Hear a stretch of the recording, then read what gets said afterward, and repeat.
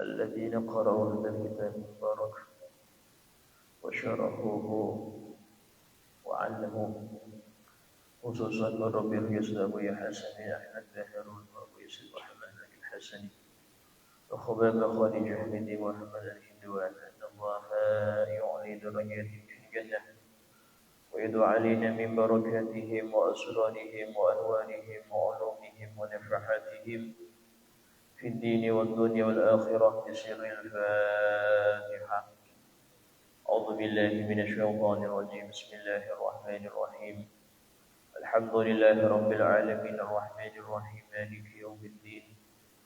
إياك نعبد وإياك نستعين. اهدنا الصراط المستقيم صراط الذين أنعمت عليهم غير المغضوب عليهم ولا الضالين آمين. السلام عليكم ورحمة الله وبركاته. بسم الله الرحمن الرحيم. الحمد لله رب العالمين وبه نستعين على أمور الدنيا والدين.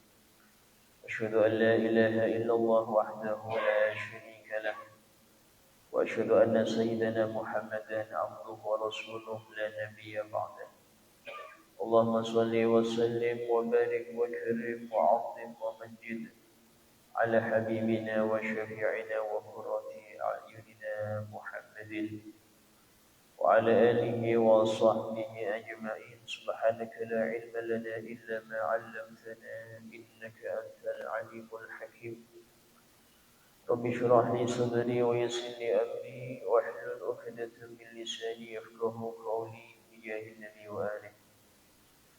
قال الله تعالى وقل رب زدني علما. وقال رسول الله صلى الله عليه وسلم طلب العلم فريضة على كل مسلم. عطر اللهم قبره الكريم بعرف شديد من صلاة وتسليم.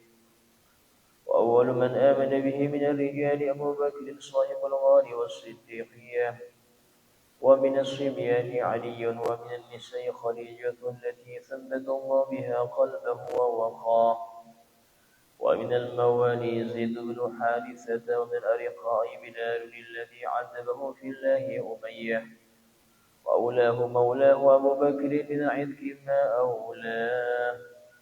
ثم أسلم عثمان وسعد وسعيد وطلحة وابن عوف وابن عمته صفية وغيرهم ممن أنهله الصديق رحيق التصديق وسقاه. وما زالت عبادته صلى الله عليه وسلم وأصحابه مخفية حتى أنزلت عليه فاصدع بما تؤمر فجهر بدعاء الخلق إلى الله. ولم يبعد منه قومه حتى عاب آلهتهم وأمر برد ما سوى الوحدانية، فتجرؤوا على مبارزته بالعداوة وأداه. واشتد على المسلمين البلاء وهجروا في سنة 5 إلى الناحية النجاشية، وحدب عليه عمه أبو طالب فهابه كل من القوم وتحاماه. وفرض عليه قيام بعض من الساعات الليلية، ثم نسخ بقوله تعالى فاقرؤوا ما تيسر منه وأقيموا الصلاة. وفرض عليه ركعتان بالغداة وركعتان بالعشية، ثم نسخ بإيجاب الصلوات الخمس في ليلة مسرى. ومات أبو طالب في نصف شوال من عاشر البعثة، وعظمت بموته الرزية. ودلته خديجة بعد 3 أيام، وشد البلاء على المسلمين وثيق أراه. وأبعد قريش به صلى الله عليه وسلم كل أذية. وأما الطائفة يدعو ثقيفا فلم يوصلوا بالإجابات كراه. وأوروا به السفهاء والعبيد فسقوه بألسنة ذرية، ورموه بالحجارة حتى خضبت بالدماء نعلاه. ثم عاد صلى الله عليه وسلم إلى مكة حزينا، فسأله ملك الجبال في إهلاك آل هذا بالعصبية، فقال إني أرجو أن يخرج الله من أصلابهم من يتولى. Masih kita di dalam pembahasan setelah 2 orang yang paling dekat dan paling dicintai Nabi wafat dalam waktu kurun gak sampai seminggu, yaitu betul paman beliau Abu Thalib radhiyallahu anhu serta istri yang paling tercinta Siti Khadijah Al-Kubra. Dikatakan setelah wafatnya dua orang ini, wa'aqa'at Quraisyun bihi sallallahu alaihi wasallam kulliyah. Maka orang Quraisy menyerang Nabi SAW dengan semua aneka ragam gangguan. Di situ beliau waktu sholat pernah diletakkan di kepalanya karung yang isinya kotoran unta berhari-hari.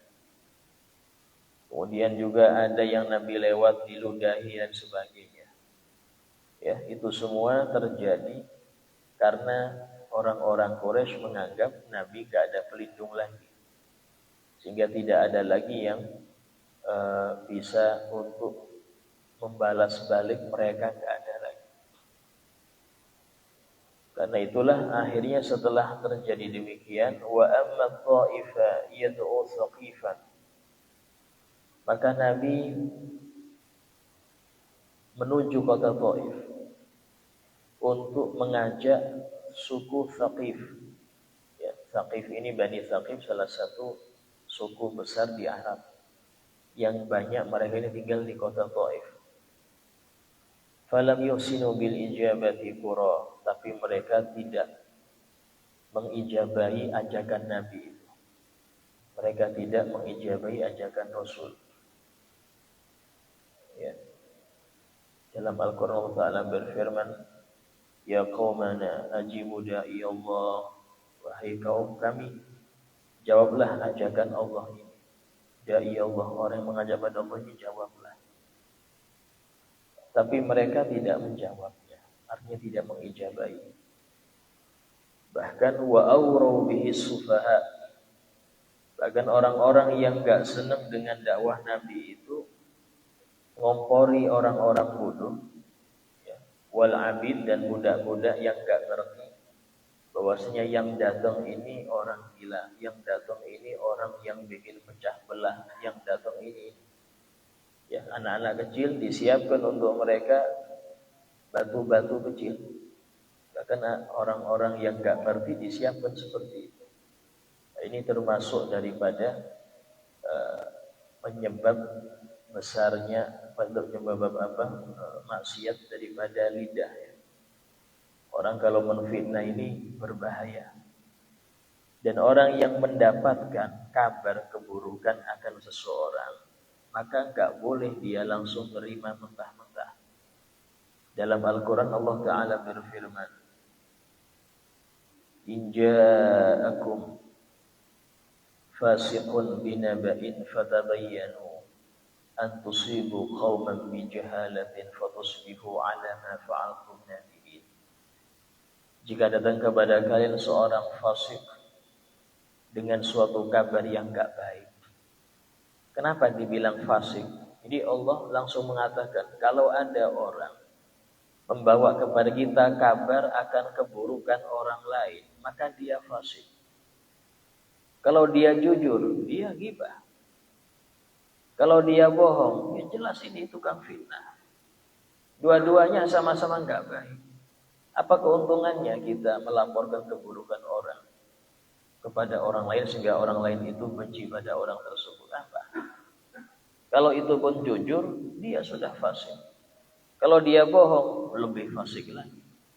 Karena itulah Allah langsung memberi gelar fasiqun. In ja'akum fasiqun, jika datang kepada kalian seorang fasik, binaba'in, dengan kabar akan keburukan, fatabayyanu, maka tabayyun dulu, klarifikasi dulu. Jangan langsung Anda menerima mentah-mentah. Kalau bisa tanyai orang yang dituduh itu, betulkah dia demikian? Kalau dia mengelak, holas, maka enggak seperti apa yang dikatakan. Oh dia bohong, Ustaz, bohong dia urusan dia dengan Allah. Bohong dia urusan dia dengan Allah. Fatabayyanu, kita salah menuduh orang jahat dengan kebaikan itu lebih baik daripada kita menuduh orang baik dengan kejahatan. Kita nganggap orang ini orang jahat nih, tapi kita anggap baik.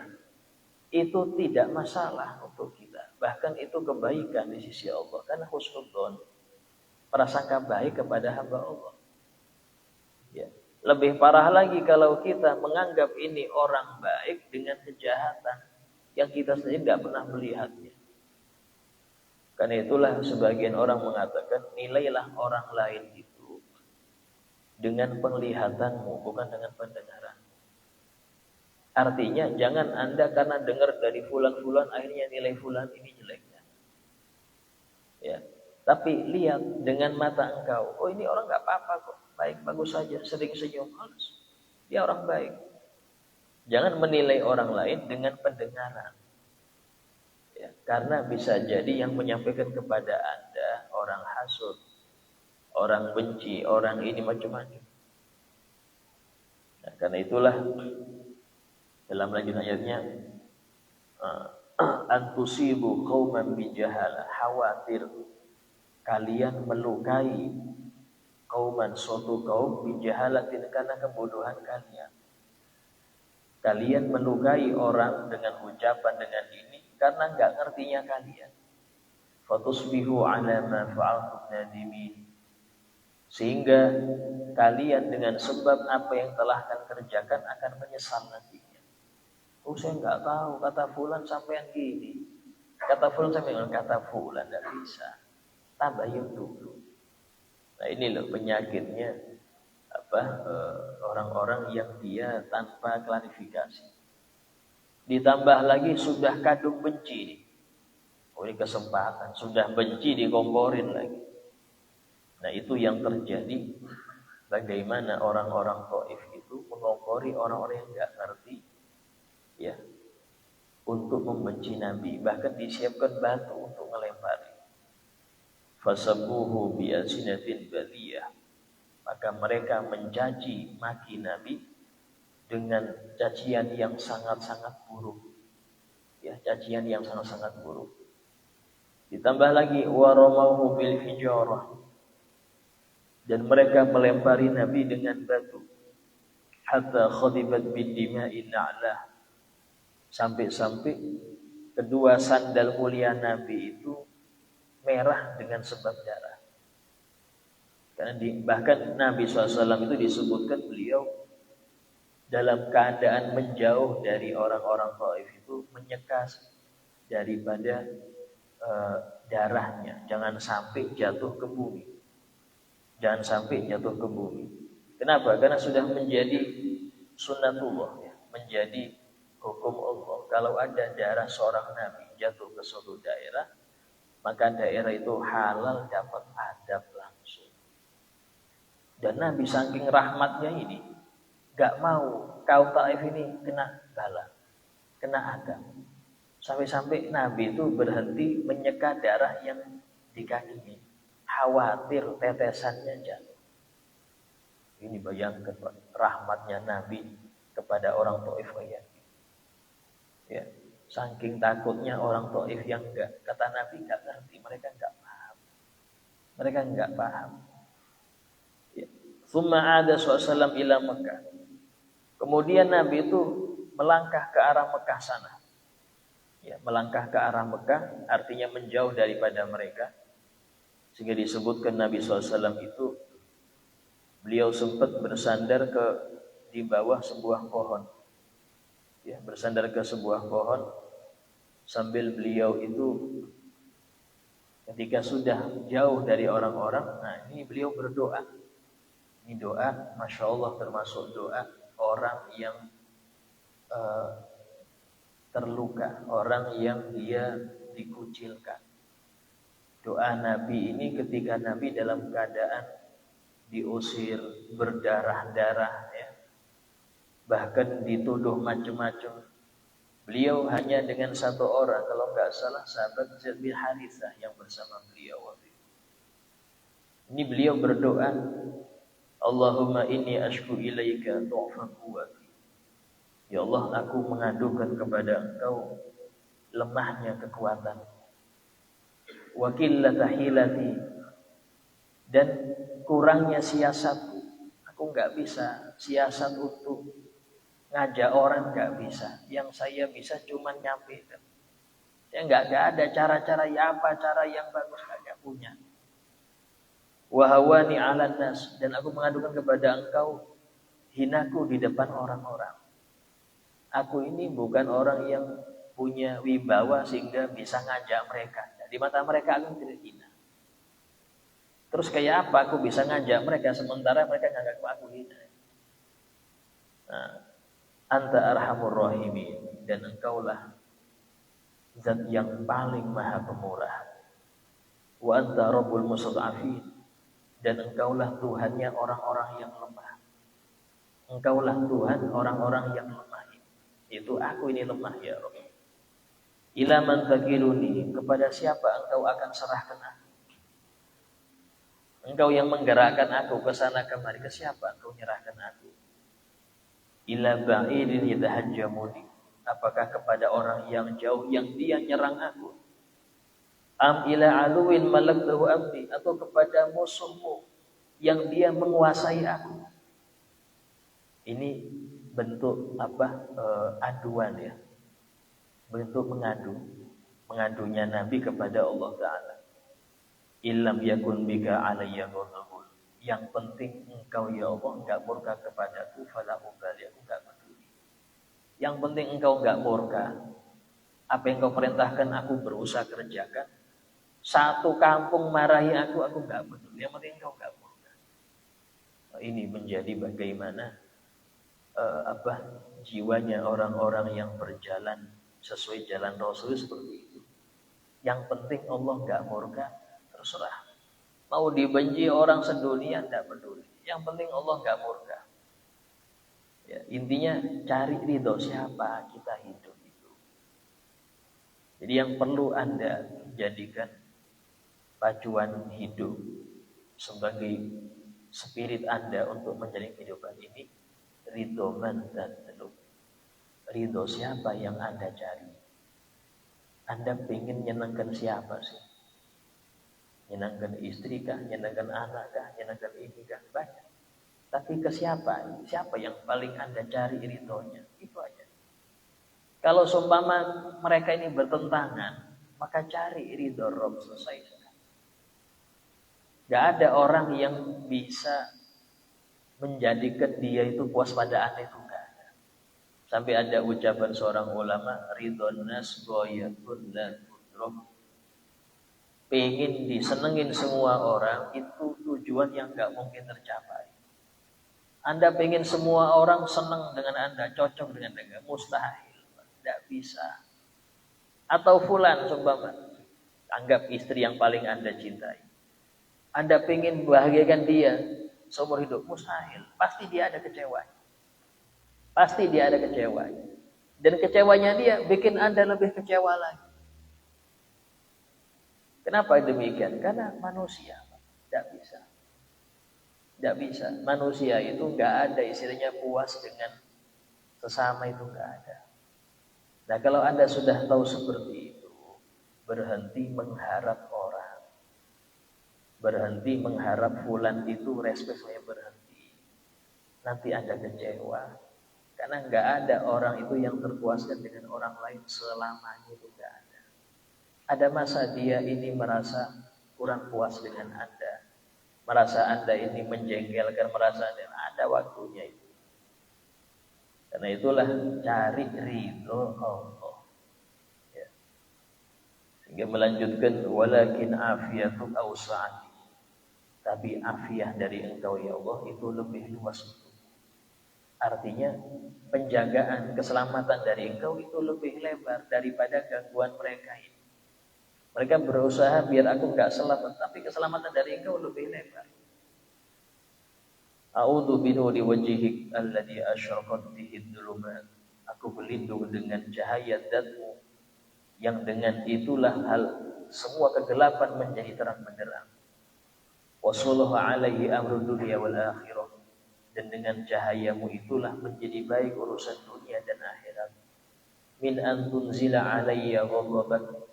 Jangan sampai engkau turunkan kepadaku murka. au yuhulla alaihi sakhatu, atau mampir kepadaku kemarahanmu.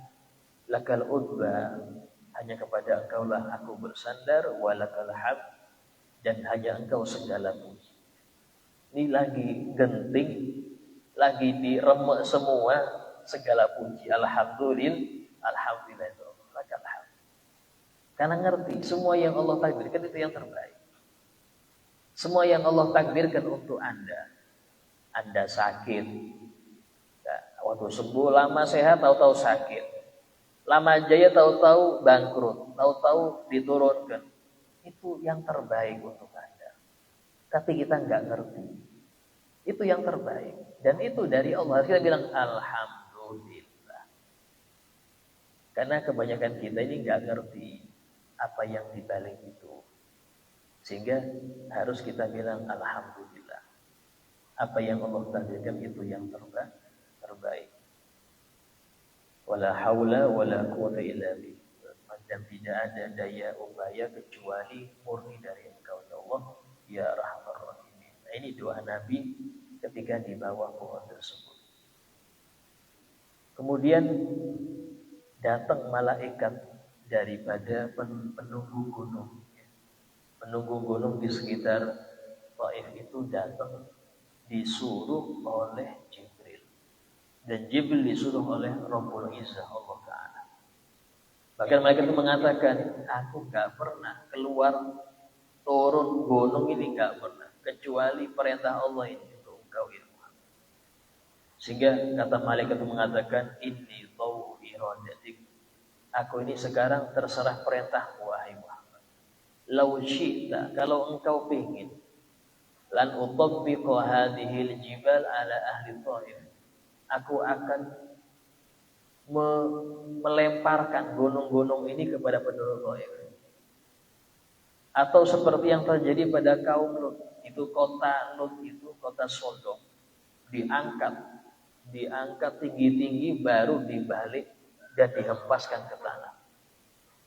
Yang Allah Ta'ala menyebutkan waja'alna 'aliyaha safilaha, dan kami jadikan bagian atas kota itu menjadi bagian bawah di balik ini.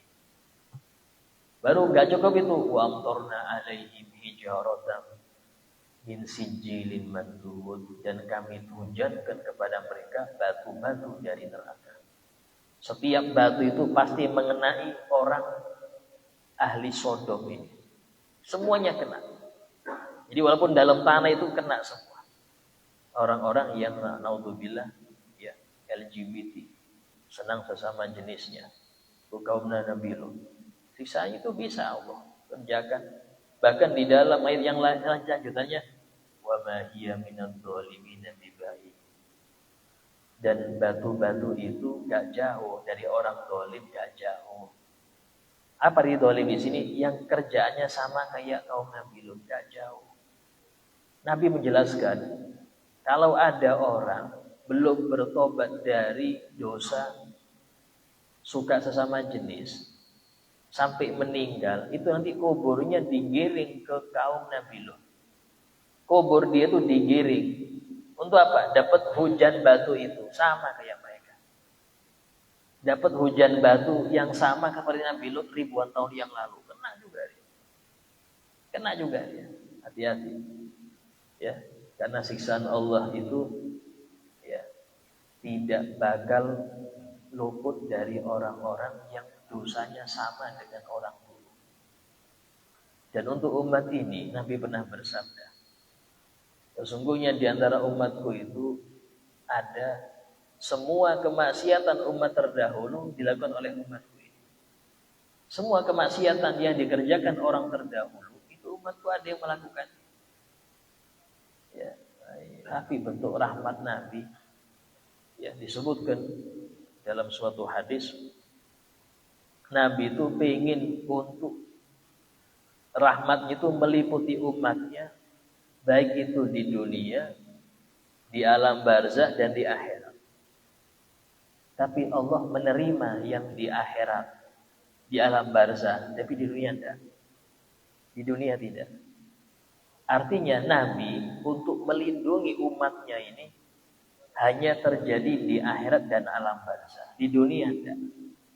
Itulah jangan heran kok banyak muslim yang teraniaya yang gini. Mana Nabi Muhammad? Mana? Nabi tidak diizinkan untuk menyelamatkan di sini.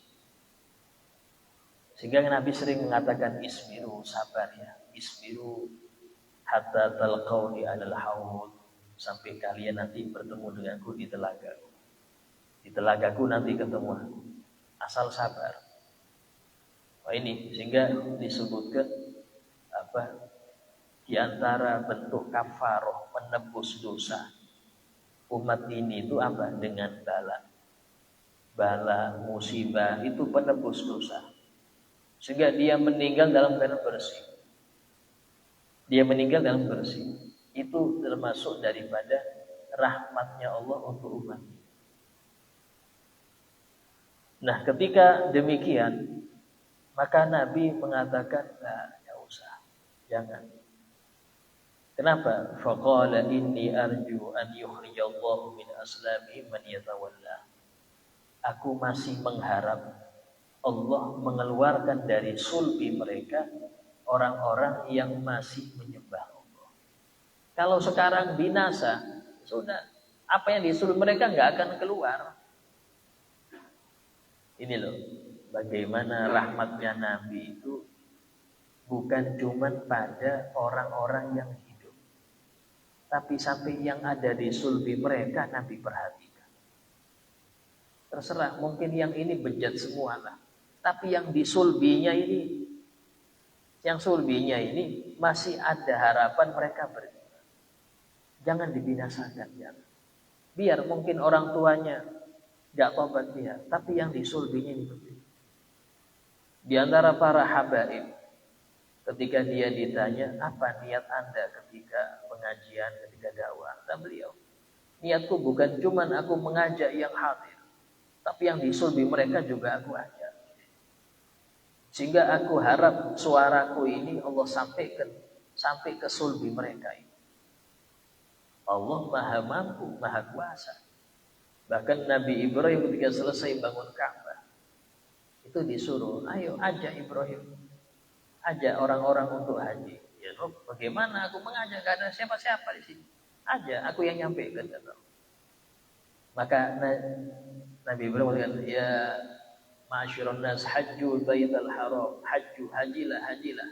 Maka Allah sampaikan ke alam arwah. Yang mengatakan labbaik ya Ibrahim, berangkat ya. Yang dua kali labbaik ya Ibrahim, dua kali haji.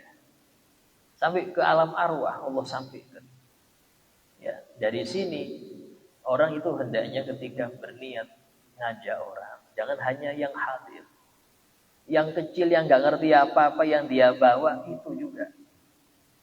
Berapa banyak orang itu tersadar akan keberkahan ucapan wali yang ikhlas setelah beberapa tahun dia besar. Waktu kecil nggak sadar, melongo aja dia lihat orang ceramah. Tapi karena keikhlasan yang ceramah itu masuk itu kata ke hati dia. Belasan tahun kemudian baru dia ingat, oh iya, pernah saya dengar itu, Itu yang bikin dia itu sadar. Nah, sehingga dalam hal ini biasakan kita ini ngajak anak-anak ya untuk hadir pengajian. Atau kalau ada ulama besar hadir, bawa. Sehingga mereka ini tahu memandang orang yang mereka ini pandangannya. Ya, disebutkan dalam hadis, Inna lillahi ibadan idza ru'u dzikirallah. Sesungguhnya Allah memiliki hamba-hamba mulia yang jika mereka dipandang, yang mandang ingat Allah. Yang mandang ingat Allah, apalagi dipandang mereka. Yang mandang mereka aja, yang mandang ingat Allah, apalagi dipandang oleh mereka. Itu yang dicari. Yang dicari orang-orang terdahulu kalau ada acara-acara besar dibawa itu anak-anaknya. Kenapa? Mengharap anak-anaknya bisa lihat orang-orang yang besar itu, yang mulia di sisi Allah itu. Syukur-syukur kalau orang besar itu melihat anak-anak mereka. Nah, itu yang mereka cari karena keberkahan itu sesuatu yang abstrak tapi nyata.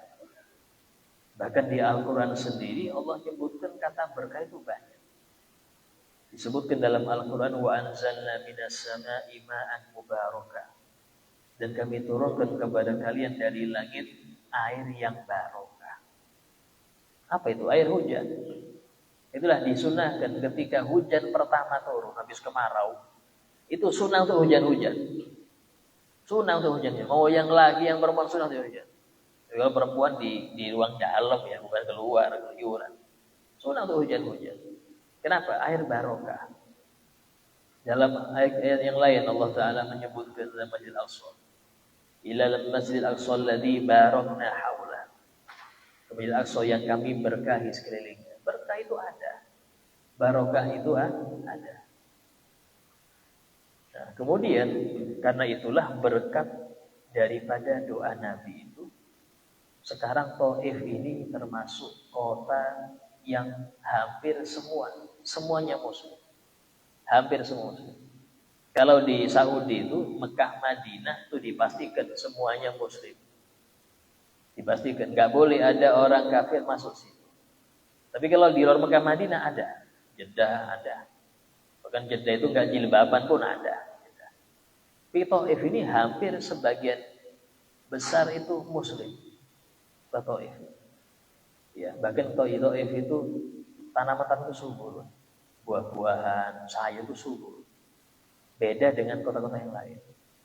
Ini berkat doa Nabi. Bahkan disebutkan di antara doa Nabi itu, Allahumma hdi qaum. Ya Allah beri hidayah kaum. Fa innahum la ya'lamun. Karena mereka tidak ngerti. Nah ini loh, harus menjadi pegangan para ustadz, para dai. Kalau dia tidak disambut baik di masyarakat, kalau dia ini tuh jangan langsung marah. Wah ini kualat ini kualat nggak menghormati saya ini, dapat apes kampung ini, nggak baik. Harus dia mengatakan Allah mahdiqau, ya Allah beri hidayah kamu, karena mereka nggak ngerti, karena mereka tidak ngerti itu. Tidak ngerti apa? Tidak ngerti kalau ilmu itu wajib dipelajari, tidak ngerti. Tidak ngerti kalau majelis ilmu itu majelis paling utama dari majelis-majelis kebaikan yang lain. Tidak ngerti kalau orang alim itu punya hak yang lebih daripada yang lain. Disebutkan dalam hadis Nabi bersabda, laisa minna, tidak termasuk golongan kami. Malam yuwakir kabirona, yang gak menghargai, gak menghormati yang besar. Walam yarham soghirona, tidak merahmati yang lebih kecil. Walam ya'rif li'alimina haqqa, dan dia tidak mengetahui hak atas orang alim kami. Di sini Nabi menyebutkan bahwasanya ada hak lebih untuk mereka. Apa haknya? Ya diikuti petuahnya, didengarkan nasihatnya. Itulah disebutkan oleh Al-Habib Habib Alwi bin Muhammad bin Al-Haddad dalam ucapannya, tidak salah. Beliau mengatakan hendaknya ketika seseorang alim itu kumpul dengan yang lain, maka hendaknya yang berhak bicara itu dia, bicara ilmu itu dia. Ya, jangan orang lain yang bicara. Nanti bicaranya nggak jelas, bicara ini, bicara itu, ada kegibah. Dan yang alim ini yang bicara. Dan yang lain harus mendengarnya. Dengan itu, maka tercipta daripada majelis. Di majelis ilmu itu, Anda duduk bertiga seumpama. Atau satu membahas ilmu, itu majelis ilmu sudah. Mau itu di warung kopi, di mana, di teras rumah. Satu membahas, yang lain dengar, itu majelis ilmu. Dan itu menurunkan rahmat Allah. Ya, membuat turun rahmat Allah. Bahkan disebutkan dalam suatu hadis bahwasanya satu majelis ilmu yang diridhoi itu menjadi pelebur dosa-dosa 70 perkumpulan yang sia-sia. Kita 70 kumpulan sia-sia, yang sini pernah kumpul yang bahas musik, kumpul bahas partai, kumpul ini, sia-sia semua. Satu kali hadir majelis ilmu melebur dosa yang itu 70. Nah, ini betapa besar fadilah orang yang hadir majelis ilmu. Ya. عطر اللهم قبره الكريم بعرف شديد من صلاة وتسليم. Insyaallah kita lanjutkan daripada rawi yang selanjutnya untuk yang akan datang insyaallah. Mungkin ada yang mau bertanya silakan.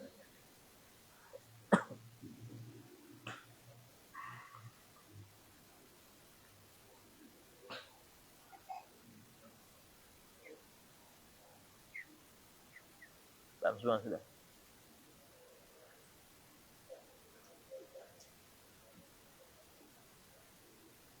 Ya. Insyaallah apa yang kita dapat semoga bermanfaat. Semoga kita menjadikan oleh Allah orang-orang yang punya ta'alluq kuat dengan Nabi Muhammad SAW, menjadikan beliau manusia yang paling kita cintai daripada orang tua kita, daripada pasangan kita, daripada anak-anak kita, sehingga kita berhak mendapat syafaat Nabi kelak di akhirat dan mendapat pandangan Nabi Muhammad SAW. Ala hadhihi wa kulli niyatin salihah wa ala ma nuhi salafun salih. Al-Fatihah. A'udzubillahi minasyaitonir rajim. Bismillahirrahmanirrahim. Alhamdulillahi rabbil alamin arrahmanir rahim maliki yaumiddin. Iyyaka na'budu wa iyyaka nasta'in. Ihdinas siratal mustaqim. Siratal ladzina an'amta 'alaihim ghairil maghdubi 'alaihim waladdallin. Amin. Bismillahirrahmanirrahim. Alhamdulillahi rabbil alamin. Allahumma shalli wa sallim ala sayyidina Muhammad wa ala alihi wa sahbihi ajma'in. Rabbana anfa'na bima 'allamtana. Rabbi 'allimna alladhi yanfa'una. Rabbi faqihna wa faqih ahlana wa qaramatina fi dinina. Rabbi wafiqna wafiqhum lima tardi qawlan wa fi'lan karama. Warzuqil kulla halalan da'ima wa akhil anbiya ulama naqda bil khair fa kulla syarr. Rabbana waslih lana kulla syu'un wa khairan min ridhanika al-uyun. Wa qadi 'anna rabbana kulla duyun qabla an ta'tiyana rusulul manun. ربنا آتنا في الدنيا حسنة وفي الآخرة حسنة وقنا عذاب النار. وصلى الله على سيدنا محمد وعلى آله وصحبه وسلم والحمد لله رب العالمين. السلام عليكم ورحمة الله وبركاته.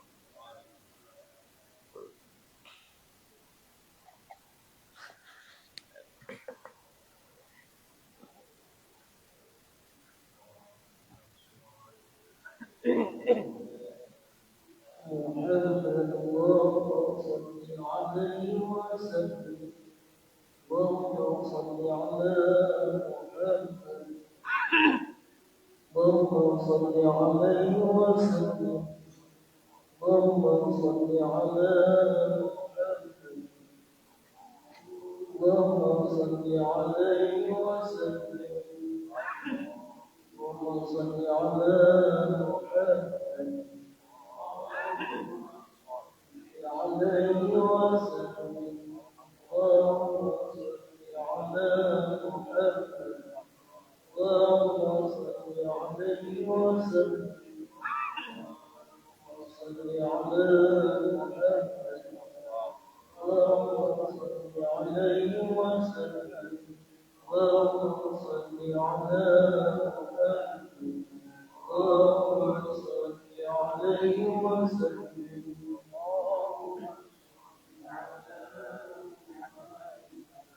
اللهم صل عليه وسلم. اللهم صل على محمد. اللهم صل عليه وسلم. اللهم صل على محمد.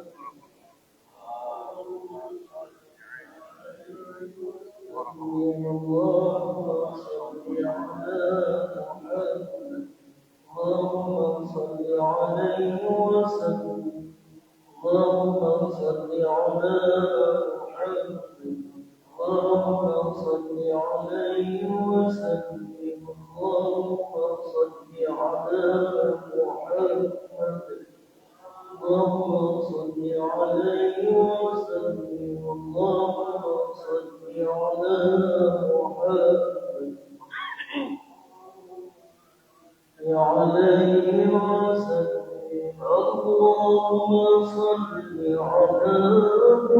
رسول الله يا رب صل عليه وسلم وحافظ